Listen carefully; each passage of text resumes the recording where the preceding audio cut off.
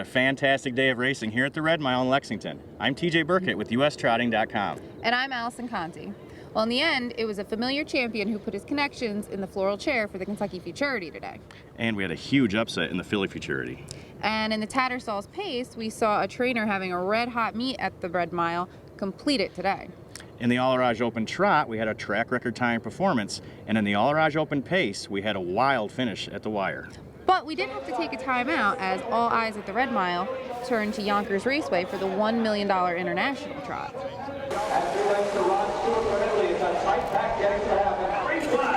On track for London on the outside from Sweden, take the lead from Creative. On the inside, takes the $1 million Yonkers International Trot. Columbus second.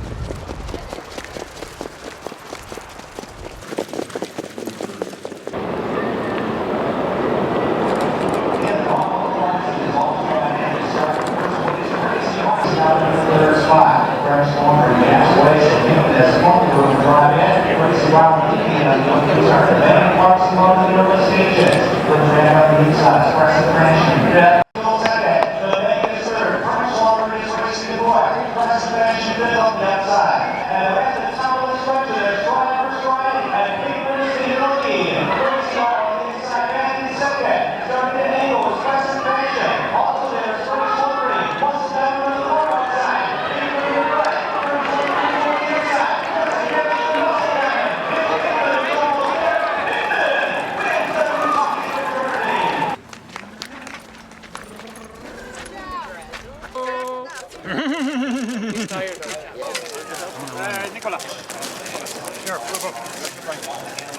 You were driving the bank and you made the lead, and you had Timmy pull right back out on you. I mean, were you just worried at that point about, keeping the lead, or?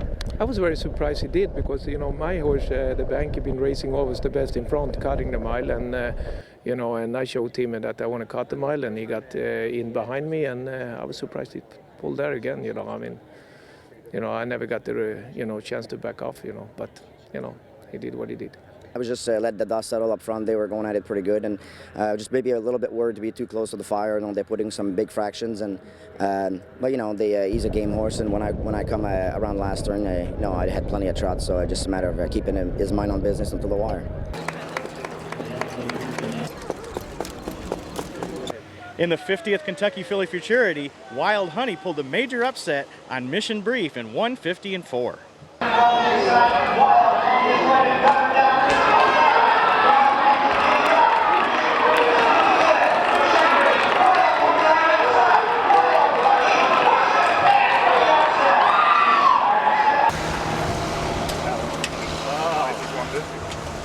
When I saw the sheet come out, I wanted to try and get on Mission Brief's back. I mean, there was no secret to that. My filly's very handy at the gate, and she got off on the right foot. And then once I got on Mission Brief's back, she just followed along there, and she felt eager and strong the whole mile.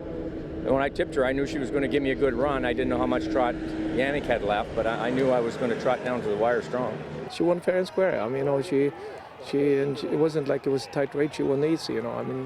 This was the race I was hoping her to sit behind Mission Brief one day and give her a shot to try to beat her, and nothing take away from Mission Brief. She's a great horse, but so is my filly too. When we spoke to trainer Tony Alagna earlier in the week, he felt pretty confident about his 3-year-old colt pacer Artspeak heading into the Tattersalls. Turns out he was right. Artspeak was super sharp, holding off Lost for Words in 147-4. Artspeak is coming on. Lost for Words, still within striking range. Fans out for the drive to the outside. In the action on the far outside. Artspeak is taking on the with an 8 for Wild Go. Lost for Words coming out to on the outside. Then in Campbell. Then on the rail. Back and roll world. It's Artspeak. Lost for Words on the outside. Artspeak and Lost for Words. Artspeak to win. How about that? That's all we needed. Phenomenal on Tuesday. I trained him out here. I trained him a mile in 59, but I come the last quarter in 26 flat on the end of it, and he was very, very strong that day. And warming up today, he was a real handful, which he tells me when he's ready to go, and when he's like that, he's at his best. And Scott said the same thing, scoring him down. He said I gave him a short score and turned him around because he said he was really on his toes today. So I'm glad he got the mark he deserves. In the Allerage Farms Open Trot, Il Sogno Dream followed up a track record performance at Dayton Raceway with a track record equaling performance of 150 and 2.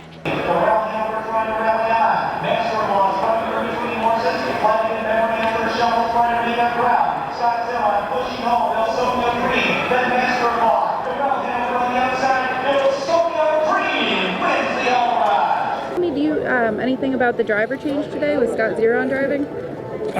Aaron's been driving him, and I guess last week he got in a traffic jam, and Dave Miller, we were lucky enough that he took the catch drive for us, and he'd give him a hell of a steer. And then today he had to take one of the other horses, so Scotty's a Canadian, and I called him up and had the sale, and I asked him if he'd be interested in driving, and he said sure, so everything worked out good. In the Allerage Farm Open Pace, J.K. Andavanera and driver Brett Miller came from way off the pace to win in 148 and 3.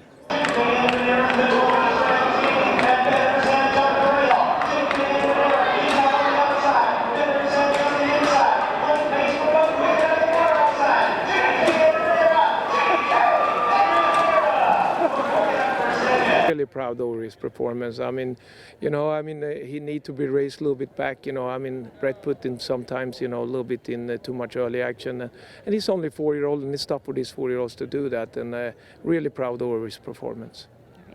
Now the Kentucky Futurity champion, Pinkman, has answered just about every call this year.